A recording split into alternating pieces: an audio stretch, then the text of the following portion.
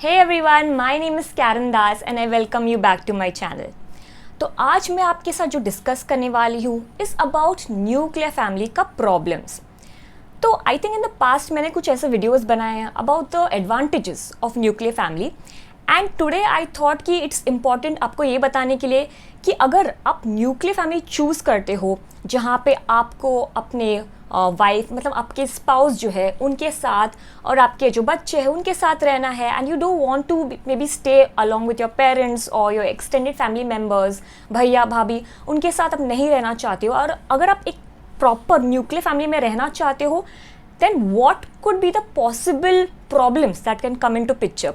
तो हम इसके बारे में आज ये डिस्कस डेफिनेटली करेंगे. एंड अगर आपने मेरे चैनल को सब्सक्राइब अभी तक नहीं किया है तो इसे सब्सक्राइब भी ज़रूर करना. So the first and the most important problem जो हमेशा होता है in a nuclear family is basically insecurity and loneliness. अभी आप सोचेंगे कि how, why. Now just think over it. अगर समझो आप एक न्यूक्लियर फैमिली में रहते हो wherein you are just staying with your spouse and your children and भगवान ना करे बट अगर कुछ हो जाता है फैमिली में, कुछ एक्सीडेंट या मिसफॉर्चुनेट अगर कोई चला जाता है, someone dies in the family, at that point of time बहुत ज़्यादा लोनलीनेस होता है because may be at that point of time you don't have your parents around with you to give you that kind of emotional support. तो आपको भी बहुत ज़्यादा loneliness feel होगा. So that is one major disadvantage of staying in nuclear family but that would be a very rare case. मतलब मैं ऐसा नहीं बोल रही कि वो हो सकता है बट भगवान ना करे ऐसा अगर हुआ तो ये डिसएडवांटेज हो सकता है. The other thing is you could always be facing that insecurity. So let me give you my own example. Maybe right now I'm staying with my husband in a nuclear family. मैं अपने सास ससुर के साथ रहती नहीं हूँ but अगर हम फ्यूचर में अगर बच्चे प्लान करते हैं तो हमेशा मुझे ना वो टेंशन रहता है कि पता नहीं मैं कैसे संभालूंगी सब चीज़ें. प्रेगनेंसी के टाइम पे अगर मेरे साथ इस वक्त मेरी सासू माँ नहीं है, if she is not staying with me, तो मैं कैसे बैलेंस करूँगी चीज़ें को. तो वो एक टेंशन हमेशा रहता है.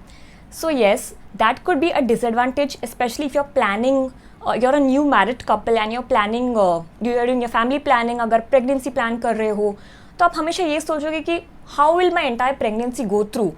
वो टाइम पे मुझे सपोर्ट कौन करेगा, specially in terms of taking care of my physical needs, in terms of मेरा खाना पीना, वो सब चीज़ों का ख्याल कौन रखेगा.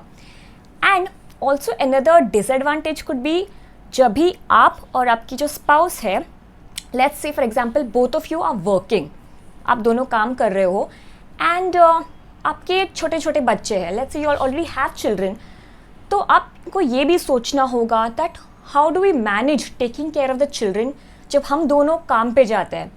मतलब बेबी सिटर रखना पड़ेगा या फिर एक प्ले स्कूल या क्रैश में हमें अपने बच्चे को रखना पड़ेगा. सो वो चीज़ भी आपको थोड़ा सोचना होगा इसके ऊपर. सेकेंड प्रॉब्लम जो यहाँ पे आ सकता है is about managing your work life and your personal life.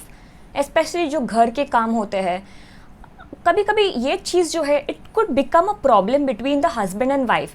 तो समझो आप दोनों काम पे जाते हो, आप और आपकी स्पाउस, और अब जब काम के बाद जब आप वापस आते हो घर पे तो एक हमेशा एक टेंशन रहता है कि अभी खाना बनाना है, घर का काम संभालना है. तो वो बैलेंस कैसे करें, उस चीज़ को हम कैसे मेंटेन करें. तो शायद अगर घर में अपना सास ससुर होते, भैया भाभी होते, एक्सटेंडेड फैमिली मेम्बर्स होते, तो कहीं ना कहीं सब मदद करते इस चीज़ के ऊपर. Everyone would have helped. कोई शायद किचन का काम संभालता, कोई मे बी साफ सफाई का काम संभालता है. So everyone would have may be supported you. But ये टाइम पे जब आप एक न्यूक्लियर फैमिली में हो there is no one to support you and आप शायद से सोचने लगोगे कि अभी मैं कैसे करूँ, अभी मैं मैनेज कैसे करूँ. And I can tell you this with my own personal experience because even I'm a working woman and I know it is not easy just staying with your spouse. It's not easy to manage your work life and then come home from work and manage your household chores. मतलब वो easy नहीं होता है but you have to take a call. अगर आप nuclear family में जा रहे हो तो आपको ये डिसाइड करना होगा एंड आपको इस बात पे you have to work it around with your partner कि हम अपने जो घर के रिस्पॉन्सिबिलिटीज़ है, मतलब खाना कौन बनाएगा, साफ सफाई, ये वो, आपको अच्छे से वो डिवाइड करना होगा between you and your spouse. क्योंकि अगर आप ये नहीं करते हो before moving into a nuclear family तो फिर बाद में जाके बहुत प्रॉब्लम्स हो सकता है, आर्ग्यूमेंट्स हो सकते हैं कि मुझे ये काम नहीं करना, घर में आपने ये डिसाइड किया था तो आप ही करो। तो that should not happen. So that's the reason first only before moving into a nuclear family you both have to decide. तीसरा प्रॉब्लम जो यहाँ पे आ सकता है is financial crisis. I know you may have decided कि हाँ हम एक न्यूक्लियर फैमिली में शिफ्ट होएंगे और हम अपने बजट्स को अच्छे से मैनेज कर पाएंगे, किसी का इंटरफेरेंस नहीं होगा, हमें वो फ्रीडम है, जिस तरीके से हम जीना चाहते हैं, अपना बजट्स को मेंटेन करना चाहते हैं वो कर सकते हैं। येस आई अग्री, ये हो सकता है। बट वॉट इफ़ अगर कोई फाइनेंशियल प्रॉब्लम आ जाता है, भगवान ना करे फिर से, बट समझो अगर आपका या आपके स्पाउस का नौकरी चला जाता है या फिर कुछ ना कुछ एक फाइनेंशियल प्रॉब्लम आ जाता है मेजर, तो वो टाइम पे आप दोनों को सपोर्ट करने वाला फाइनेंशियली कौन हो सकता है? Will you go back to your parents और योर भैया भाभी और your extended family members to ask them for support? और वो टाइम पे क्या वो लोग आपको सपोर्ट करेंगे? ये आपको थोड़ा सोचना होगा इसके ऊपर। So if you both are planning to stay in a nuclear family together with your children, तो आपको ये पहले ही डिसाइड करना है, ये सारे चीज़ों को जो मैंने अभी बात की है, you will have to think over it कि हम किस तरीके से इन सारे प्रॉब्लम्स को टैकल कर सकते हैं एक बैकअप प्लान के साथ, ताकि वो टाइम पे we don't end up fighting and हमारा जो मैरिज है, हमारा शादी इम्पैक्ट ना हो उसकी वजह से। So overall these were some of the major problems that happen if you stay in a nuclear family.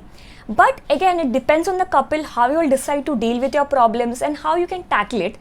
And personally with me, मैं अभी डे टू डे बेसिस पे ये मैनेज कर पा रही हूँ। ऐसा नहीं कि मैंने सब कुछ एक ही दिन में सीख लिया, नहीं, ऐसा नहीं होता है। इवेंचुअली ग्रेजुअली विथ टाइम धीरे धीरे आप चीज़ें सीख लेते हो of how to maintain your relationships. Even if you are staying in a nuclear family, आप किस तरीके से अपने सास ससुर और एक्सटेंडेड फैमिली मेम्बर्स के साथ मे बी आप कभी कभार उनसे मिलो, फ़ोन पे बात करो, but you maintain that relationships with them. And very very important to maintain your marital relationship with your spouse in a very convenient and very smooth way, ताकि आप दोनों के बीच में प्रॉब्लम्स ना हो because of staying in a nuclear family.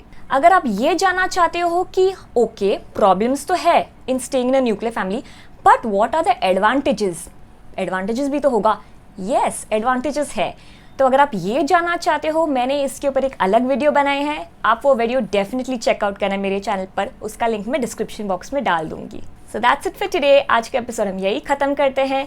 ये video अगर आपको पसंद आया है, इसे लाइक करना, शेयर करना, कमेंट करना। अगर आप मेरे चैनल पे नए हो और ऐसे ही और सारे वीडियोस देखना चाहते हो तो मेरे चैनल को सब्सक्राइब भी ज़रूर करना। और हाँ, मुझे फेसबुक और इंस्टाग्राम पे भी आप डेफिनेटली फॉलो कर सकते हो। ओके देन, मिलते हैं बहुत जल्दी एक नए वीडियो के साथ। Till then, bye.